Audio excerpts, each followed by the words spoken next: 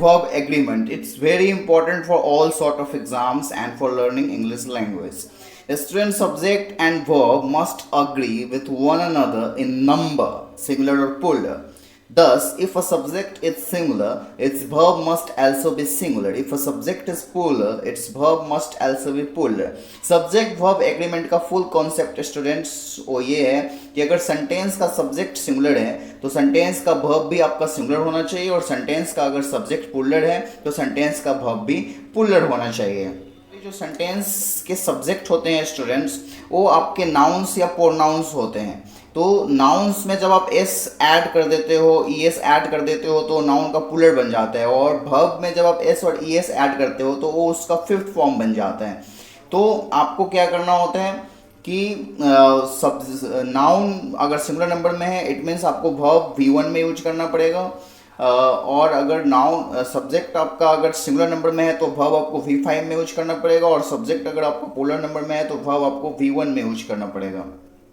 For example, cows dash in the meadow, तो what would you use here?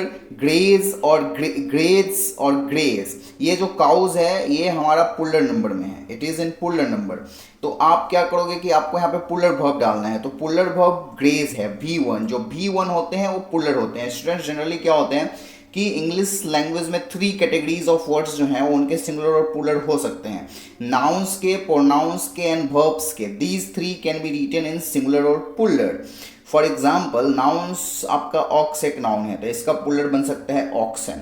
Pronounce आई है, you है, ये सब प्रोनाउंस है तो इन सब का प्लूरल भी होता है। आई का प्लूरल वी, यू का प्लूरल यू ही रह जाता है। हम सिंगुलर और प्लूरल दोनों ही फॉर्म में यू को यू ही यूज करते हो। और ही सी इट को आप they is the plural of he she it. And verb का जो फर्स्ट फॉर्म होता है that is basically plural form. The first form of the verb is plural form and the second form of the verb is basically the fifth form of the verb is singular. Models can be used either with singular और plural. Modal verbs जो होते हैं वो आपको दोनों के साथ use हो सकते हैं, सिंगुलर के साथ भी और प्लूरल के साथ भी। और अनकाउंटेबल नाउन्स के साथ आप ऑलवेज सिंगुलर वर्ब का यूज करते हो। नाउन्स, प्रोनाउंस एंड वर्ब्स, ये 3 कैटेगरीज ऑफ वर्ड्स जो होते हैं इनको हम लोग सिंगुलर और प्लूरल दोनों में लिख सकते हैं। और हेल्पिंग वर्ब्स का एक फिक्सेशन होता है। हालांकि हैव आपका V1 है तो ये प्लूरल हो गया, और हैज इसी का सेकेंड फॉर्म, फिफ्थ फॉर्म है तो ये आपका सिंगुलर हो गया। और हैड इसका थर्ड फॉर्म होता है हैव का, और हैड इसका थर्ड फॉर्म होता है। वॉज, इज, एम सिंगुलर होता है, वर, आर प्लूरल होते हैं। और आपका जितने भी मॉडल्स हो जाते हैं, can, could, may, might, should, would, need, dare, used to, ought to, shall, will, must, ये जितने भी मॉडल्स होते हैं all this modals can be used with both singular और प्लूरल। सारे मॉडल्स सिंगुलर और प्लूरल दोनों के साथ यूज हो सकते हैं। तो अभी हम लोग क्या करेंगे स्टूडेंट्स की 5 मोस्ट इंपॉर्टेंट रूल्स देखेंगे which are important considering all sort of examination, competitive examination, board examination, and for writing purpose and for learning overall English language। जो 5 रूल इंपॉर्टेंट हैं उस 5 रूल्स को हम लोग सीखेंगे। रूल 1 है students, when 2 or more similar nouns, pronouns is joined with and then plural verb is used। it means to say that कि अगर कोई 2 नाउन या pronoun अगर एंड से ज्वाइन हुआ है तो आप उसके साथ प्लूरल वर्ब का यूज करोगे। For example, she and her brothers dash gone, तो यहाँ पे आप किसका यूज करोगे? मैं आपको ऑप्शन देता हूँ 2, हैज, हैव। तो आपको यहाँ पे हैव का यूज करना है। She and her brothers have gone, because यहाँ पे सब्जेक्ट आपका प्लूरल हो गया। सब्जेक्ट 2 है, सी एंड हर ब्रदर, और ये दोनों सब्जेक्ट आपका ज्वाइंड है एंड से। तो ये 1 सिंगुलर सब्जेक्ट और 1 सिंगुलर सब्जेक्ट मिलके एक प्लूरल सब्जेक्ट हो गया। So you have to use a plural verb here. It means V1 जो होते हैं वो प्लूरल होते हैं। The poet and singer have come और हैज कम, क्या होगा? तो बेसिकली यहाँ पे स्टूडेंट आपका जो है वो हैज कम होगा, क्योंकि ये जो पोएट और सिंगर हैं ये अलग अलग पर्सन नहीं है, they are the same person, ये सेम ही पर्सन है। और ये हमें कैसे पता चलेगा? क्योंकि एक ही आर्टिकल का यूज हुआ है। अगर ये 2 डिफरेंट पर्सन्स होते हैं, the poet and the singer, तब यहाँ पे भी एक आर्टिकल होता the poet and the singer हम लोग लिखते हैं, बट यहाँ पे एक ही आर्टिकल है। This means that the person is same, एक ही पर्सन है जो पोएट भी है और सिंगर भी है। तो जब एक ही पर्सन अगर हो तो ऑब्वियसली तो सिंगुलर हो गया ना। जब कोई एक ही पर्सन आ रहा है तो उसके लिए हैव तो नहीं बोलेंगे, हैज बोलेंगे। The poet and singer has come, So I hope you understood the rule number 1. Now let's see the rule. Student is basically when the subject of a sentence is joined with, as well as, along with, together with, in addition to, like, unlike, but, except, besides, etc. When in a sentence the subject of a sentence is joined with these words. अगर कोई sentence के जो subjects हैं, दो subjects हैं, या आपका दो नाउन्स प्रोनाउंस यूज हुआ है सब्जेक्ट के जगह पे, और वो सब ज्वाइन हुआ है इन सब कंजंक्शन से, एज वेल एज से, अलॉन्ग विथ से, टुगेदर विथ से, in addition to, like, unlike, but, except, besides, इन सब से अगर जुड़ा हुआ है तो हम लोग उसको क्या करते हैं कि आपका इन सब वर्ड्स से पहले जो सब्जेक्ट यूज हुआ है बिगिनिंग में, जो फर्स्ट सब्जेक्ट है उसके अकॉर्डिंग आपको सब वर्ब का यूज करना है। इट मीन्स कि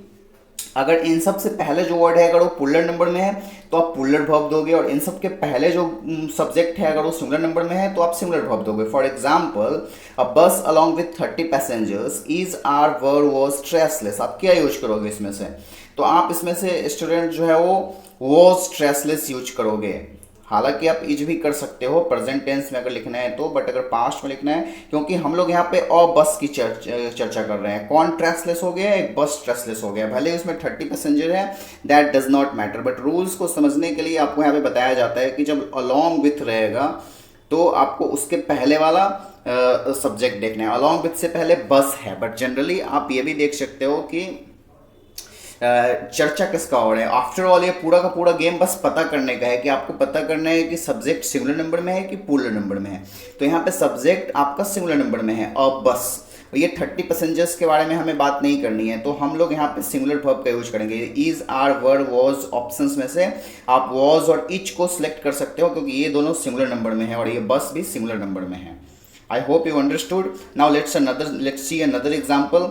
See, unlike her friend, are is honest. तो यहाँ पे क्या होगा, यहाँ पे भी आपको अनलाइक दिया हुआ है तो आपको हर फ्रेंड्स को नहीं देखना है, आपको अनलाइक से पहले जो सब्जेक्ट यूज हुआ है उसको देखना है। इस तरह के जितने भी वर्ड्स होते हैं, unlike, as well as, long with, together with, in addition to, but, except, तो इन सब से जो पहले वर्ड यूज हुआ होते हैं आपको उसको देखना होता है, उसके अकॉर्डिंग यहाँ पे वर्ब का यूज करना होता है। तो यहाँ पे आप सी के लिए वर्ब का यूज करना है आपको, हर फ्रेंड्स के लिए नहीं। तो ऐसे कंडीशन में आप इज का ऑनेस्ट करोगे, क्योंकि हम लोग तो सी का के बारे में बात कर रहे हैं ना। She unlike her friends is honest, we are talking about she, we are not talking about her friends. So I hope you would have understood rule number 2. Now let's see rule number 3 is, if the subject of a sentence is each, every, either, neither, it means to say that distributive pronouns, and everyone, anyone, no one, someone, nobody, somebody, etc. it means indefinite pronoun. तो आप जो है वो singular verb का use करते हो। For example, either of them has have stolen my watch. तो has और हैव में से सिंगुलर कौन है? सिंगुलर हैज है, तो आप हैज का यूज करोगे रादर देन हैव का, क्योंकि यहाँ पे सब्जेक्ट के जगह पे आपका जो है वो ईदर का यूज हुआ है। तो either, each, every, either, neither, someone, anyone, nobody, ऐसे वर्ड्स जो होते हैं इंडेफिनिट प्रोनाउंस और डिस्ट्रीब्यूटिव प्रोनाउंस, तो इस कंडीशन में हमेशा ही सिंगुलर वर्ब का यूज किया जाता है। और V1 पुलर होता है और V5 सिंगुलर होता है, और हैव जो है वो हैव का ही फिफ्थ फॉर्म है। Everyone should do his duty, अभी यहाँ पे सिर्फ वर्ब ही नहीं, आपका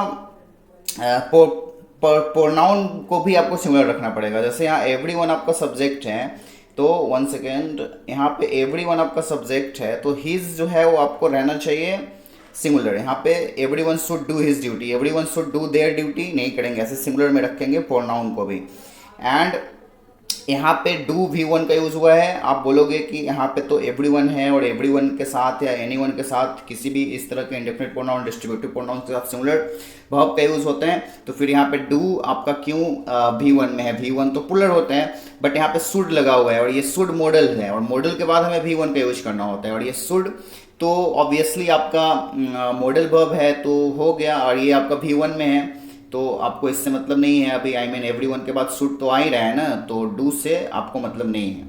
now one should follow one's inspiration, तो ये एग्जांपल मैं इसलिए दिया हूँ ये बताने के लिए कि जैसे एवरीवन के बाद आप हिज का यूज करोगे, देयर का नहीं, क्योंकि यहाँ पे सिंगुलर सब्जेक्ट रहेगा तो प्रोनाउन भी आप सिंगुलर दोगे बाद में।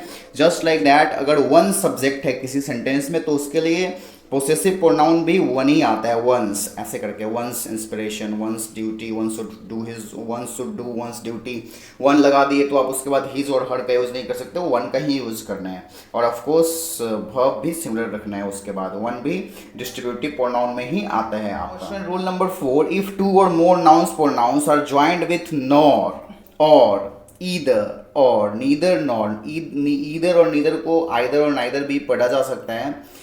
when verb is used according to its nearest noun pronouns। अभी क्या होता है स्टूडेंट्स कि आप देखे होंगे कि बहुत सारे सर्कमस्टांसेस में हम लोग ईदर और नीदर नॉर का यूज़ करते हैं या और का यूज़ करते हैं, you should take care of your health और यू माइट डाई। तो ऐसे और से अगर कोई जुड़ा हुआ है या नॉट से जुड़ा हुआ है सब्जेक्ट, या ईदर और से या नीदर नॉट से जुड़ा हुआ है, फॉर एग्जांपल नीदर ही नर आई, तो ऐसे कंडीशन में आपको जो वर्ब जहाँ पे यूज करने हैं उसके जस्ट पहले का सब्जेक्ट आपको देखना होता है, तो नियरेस्ट नाउन्स प्रोनाउंस आपको देखना होता है। तो यहाँ पे वर्ब का जगह खाली है और इस वर्ब के जगह का नियरेस्ट प्रोनाउन नाउन हमें देखना है, तो यहाँ पे आई है नियरेस्ट में, तो हमें आई के अकॉर्डिंग यहाँ पे यूज करना पड़ेगा। इट मीन्स कि आप यहाँ पे एम का यूज करोगे, नीदर ही नर आई एम कमिंग, तो ऐसे आप यहाँ पे यूज करोगे। जब भी नीदर नॉर से कोई सब्जेक्ट जुड़ा हुआ है, ईदर और से कोई सब्जेक्ट जुड़ा हुआ है, तो वर्ब का यूज उसके नियरेस्ट नाउन और प्रोनाउन के अकॉर्डिंग होता है। I hope you would have understood rule number 4। Now let's see rule number 5। 5 student is saying that with pairing similar nouns, rule number 1 में आप देखे होते हैं कि जो दो सिमिलर नाउन्स एंड से जुड़ा हुआ है तो उसमें हम लोग प्लूरल वर्ब का यूज करते हैं। बट अगर कोई पेयरिंग सब्जेक्ट है, it means to say that जैसे cup and plate, whisky and soda, तो ये सब आपका पेयरिंग सब्जेक्ट है। तो पेयरिंग सब्जेक्ट के साथ आप ऑलवेज सिंगुलर वर्ब का यूज करते हो। For example whisky and soda were was served, तो यहाँ पे आप वॉज करोगे, was served in the party. Many cups and plates was were broken, अभी यहाँ पे कप्स एंड प्लेट्स पुलर हैं, इट मीन्स ये सिमिलर पेयरिंग वर्ड्स नहीं है, पुलर में है, तो ऐसे कंडीशन में आप वर्ड का यूज करोगे। यहाँ पे विस्की एंड सोडा सिमिलर था, ये भी आपको माइंड में रखना पड़ेगा। यहाँ पे ये पुलर है तो आप वर्ड का यूज करोगे इस कंडीशन में। एंड कप एंड प्लेट एक साथ है और दोनों सिमिलर है, तो इस कंडीशन में आप वॉज का यूज करोगे। Cup and plate was bought यहाँ पे करेक्ट होगा, और यहाँ पे many cups and plates were broken, क्योंकि कप्स एंड प्लेट्स पुलर है, ये जोड़ी वाले वर्ड हैं, तो जोड़ी वाले वर्ड में आप सिंगुलर वर्ब का ही यूज करते हो। जोड़ी वाले वर्ड में रूल नंबर 1 के अकॉर्डिंग आप पुलर वर्ब का यूज नहीं करोगे। तो स्टूडेंट्स आज हम लोगों ने जो है वो 5 इंपॉर्टेंट रूल के साथ जो है वो सब्जेक्ट वर्ब एग्रीमेंट का कॉन्सेप्ट भी समझे हैं, और नेक्स्ट वीडियो में मैं आपको 5 और मोस्ट इंपॉर्टेंट रूल्स बताऊंगा, और इस 10 इंपॉर्टेंट रूल्स के बाद जो है वो आपका subject verb agreement cover up हो जाएगा कॉम्पिटिटिव एग्जाम्स के लिए एंड बोर्ड एग्जाम्स के लिए भी। Thanks all of you for watching.